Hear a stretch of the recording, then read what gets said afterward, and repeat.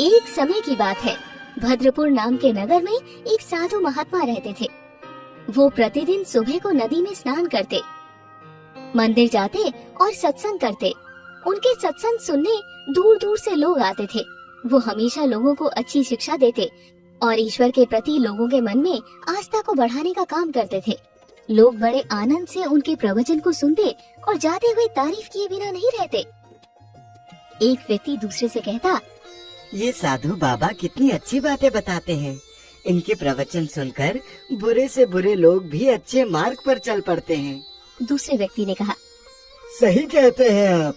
पिछले सप्ताह मैं अपने ललायक बेटे को साधु बाबा का प्रवचन सुनाने जबरदस्ती लेकर आया था, लेकिन प्रवचन सुनने के बाद तो जैसे जादू हो गया। उसके दिमाग पर बाबा की बातों का गहरा असर पड़ा और वो सुधर गया। मैं तो बहुत खुश हूँ। साधु महात्मा की बातों का ही असर था कि दूर दूर से लोग उनका प्रवचन सुनने खींचे चले आते थे। ये लोग अपनी खुशी से महात्मा को कुछ न कुछ दक्षिणा में देते। उसी नगर में रेशम नाम की एक वैश्या रहती थी।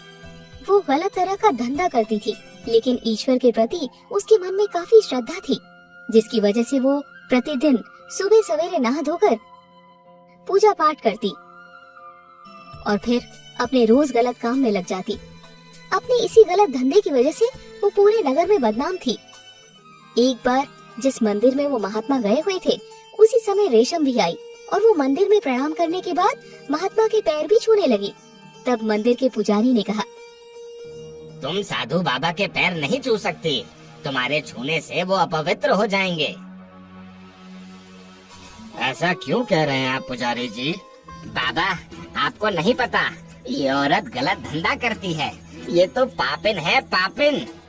साधु बाबा ने रेशम से कहा, सुनो, तुम्हें देखकर लगता है कि तुम ईश्वर में विश्वास रखती हो। ऐसा करो, कल तुम मेरी कुटिया में सत्संग सुनने आ जाना। जरूर आऊंगी बाबा। जब साधु बाबा का सत्संग शुरू हुआ तो वहाँ पर रेशम भी आई और उसने पूरा सत्संग सुना।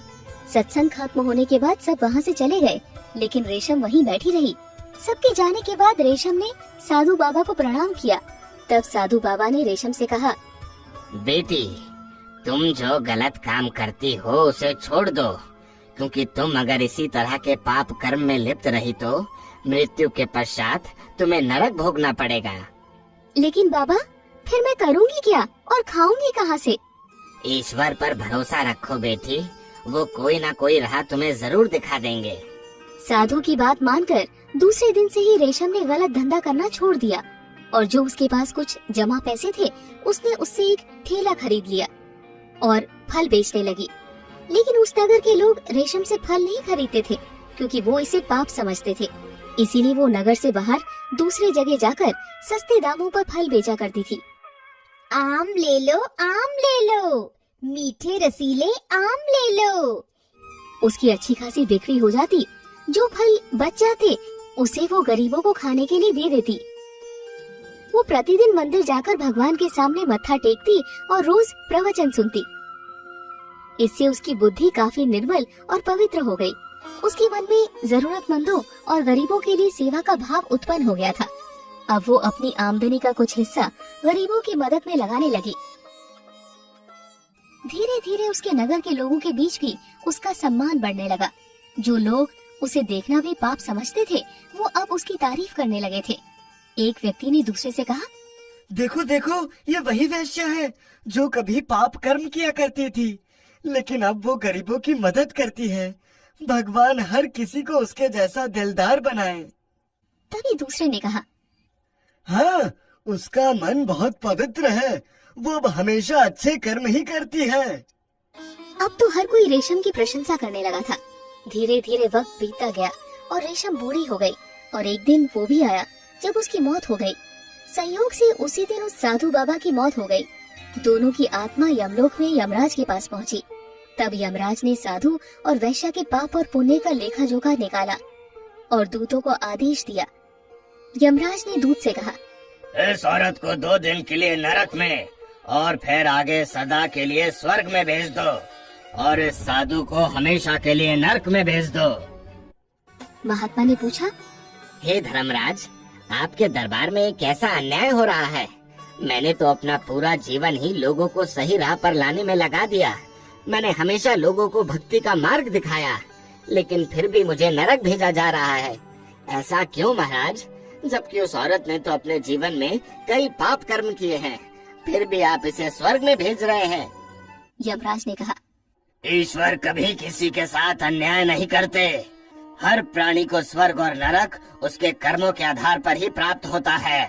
ये सत्य है कि तुमने अपने पूरे जीवन में लोगों को सही मार्ग दिखाया और भक्ति का उपदेश दिया, परंतु तुमने कभी उन बातों को खुद पर अमल नहीं किया। ना तो तुमने कभी किसी की मदद की और ना ही कभी दान किया, ना कभी किसी की सेवा की और ना ही सच्चे दिल से तुमने ईश्वर की भक्ति की। धर्म की आड़ में तुम केवल धन दौलत और शोहरत कमाते रहे। तुम्हारे मन में कभी ईश्वर के प्रति सच्ची श्रद्धा नहीं थी। जबकि इस महिला ने भले ही अज्ञानतावश अपने शरीर से कुछ समय तक पाप किया, लेकिन उसका ज्ञान होते ही उसने अपनी राह बदल दी। गरीबों और जरूरतमंदों की खूब मदद की, अपने सामर्थ्य के अनुसार खूब दान पुण्य भी किए और सच्चे मन से ईश्वर की भक्ति भी की। इसके द्वारा किए गए पुण्य कार्य पाप पर भारी पड़ गए, इसलिए इसे सिर्फ 2 दिन के लिए ही नर्क और फिर आगे हमेशा के लिए स्वर्ग की प्राप्ति हुई। यमराज की बात सुनकर साधु महात्मा खामोश हो गए। चाहकर भी वो कुछ बोल न सके। उनकी आंखों से आंसू की धारा बहने लगी। जीवन भर खुद को महान समझने वाला साधु आज एक वैश्या के सामने खुद को तुच्छ महसूस कर रहा था, जबकि वो वैश्या अपने पुण्य कर्म की वजह से स्वर्ग को प्राप्त हुई। एक बार की बात है, एक नगर में एक बूढ़ी माँ रहती थी जो भगवान श्री हरि विष्णु की परम भक्त थी। वो हर समय श्री हरि का नाम जपा करती। उन्होंने अपने जीवन काल में बहुत अच्छे कर्म किए थे। एक दिन वो चल बसी। उन्हें ले जाने स्वयं यमराज आए। उन्हें देखकर बूढ़ी माँ ने पूछा, मैं स्वर्ग जाऊंगी या नर्क जाऊंगी? इस पर यमराज ने उत्तर दिया, आपने अपने जीवन में बहुत अच्छे कर्म किए हैं, इसलिए स्वर्ग या नर्क में ना ले जाकर आपको सीधे बैकुंठ ले जाऊंगा। उन्होंने खुश होकर यमराज का धन्यवाद किया, पर साथ ही ये प्रार्थना की कि मैं एक बार स्वर्ग और नर्क दोनों जगह को देखना चाहती हूँ। यमराज बोले, आपके अच्छे कर्म हैं, इसलिए आपकी ये इच्छा पूरी की जाएगी। ऐसा कहकर यमराज उन्हें स्वर्ग और नर्क दिखाते हुए भगवान के वास स्थान की ओर ले चले। जब नर्क पहुँचे तो वहाँ सभी लोग जोर जोर से रो रहे थे और कुछ लोग जोर जोर से चिल्ला रहे थे। सब लोग दुबले पतले और रोग से पीड़ित दिखाई दे रहे थे। ये देखकर बूढ़ी माँ से नहीं रहा गया। उन्होंने किसी से पूछ लिया, आपकी ऐसी अवस्था क्यों है? उसने कहा, शरीर छोड़ने के बाद जब से यहाँ आए हैं खाने को कुछ नहीं मिला, हमें बहुत भूख लगी है। तभी माँ की नजर एक बड़े से पतीले पर पड़ी। ये पतीला बहुत ऊंचा था और उस पर एक बड़ी चम्मच लटक रही थी। पतीले से अच्छी सुगंध आ रही थी। बूढ़ी माँ के पूछने पर आदमी बोला, ये पतीला बहुत ही स्वादिष्ट खीर से भरा है, पर हम इसे खा नहीं सकते क्योंकि ये बहुत ऊंचा है। हम में से कोई भी वहाँ नहीं पहुँच सकता। ये सुनकर बूढ़ी माँ दुखी हो गई। उसने सोचा, भोजन होते हुए भी ये लोग भूख से तड़प रहे हैं, शायद ईश्वर ने उन्हें यही दंड दिया है। यमराज अब बूढ़ी माँ को स्वर्ग की ओर ले चले। स्वर्ग में सबके हंसने और खिलखिलाने की आवाज सुनाई पड़ी। उन्हें खुश देखकर बूढ़ी माँ भी खुश हो गई। वहाँ भी उन्हें नर्क की तरह ऊंचा पतीला दिखाई दिया। उसके ऊपर भी एक बड़ी चम्मच लटक रही थी। बूढ़ी माँ ने पूछा, इसमें क्या है? स्वर्ग के लोग बोले, इसमें बहुत ही स्वादिष्ट खीर है। बूढ़ी माँ हैरान होकर बोली, इतने ऊंचे पतीले की खीर तक आप पहुँच नहीं पाते होंगे, फिर खीर कैसे खाते हैं? आप तो भूखे ही रहते होंगे। स्वर्ग के लोगों ने कहा, पतीला ऊंचा है तो क्या हुआ, यहाँ बहुत से पेड़ हैं जिनकी लकड़ियाँ सबने मिलकर काटी और एक लंबी सीढ़ी बना ली। सीढ़ी पर चढ़कर पतीले तक पहुंच जाते हैं और भरपेट खीर खा लेते हैं। ये सुनकर बूढ़ी माँ ने मुस्कुराकर यमराज की ओर देखा और कहा, प्रभु ने स्वर्ग और नर्क मनुष्य के हाथ में सौंप रखा है। वो अपनी इच्छा से स्वर्ग और नर्क बना सकते हैं। प्रभु के लिए सब मनुष्य समान हैं। वो किसी में अंतर नहीं करते हैं। उन्होंने सबको एक समान परिस्थिति में डाला है।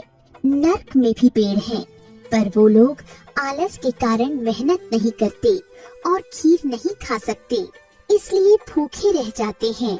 ये ईश्वर का बनाया गया नियम है। जो कर्म करेगा उसको मीठा फल मिलेगा। यदि वो स्वर्ग की इच्छा का त्याग कर दे और नर्क का डर मन से निकाल दे और कर्म मार्ग पर चले, तो प्रभु सदैव उसकी रक्षा करते हैं और कर्म का मीठा फल भी देते हैं। तो दोस्तों, आपको ये कहानी कैसी लगी हमें कमेंट करके जरूर बताएं। ऐसी और भी कहानियाँ सुनने के लिए हमारे इस वीडियो को लाइक और शेयर करना ना भूलें। धन्यवाद।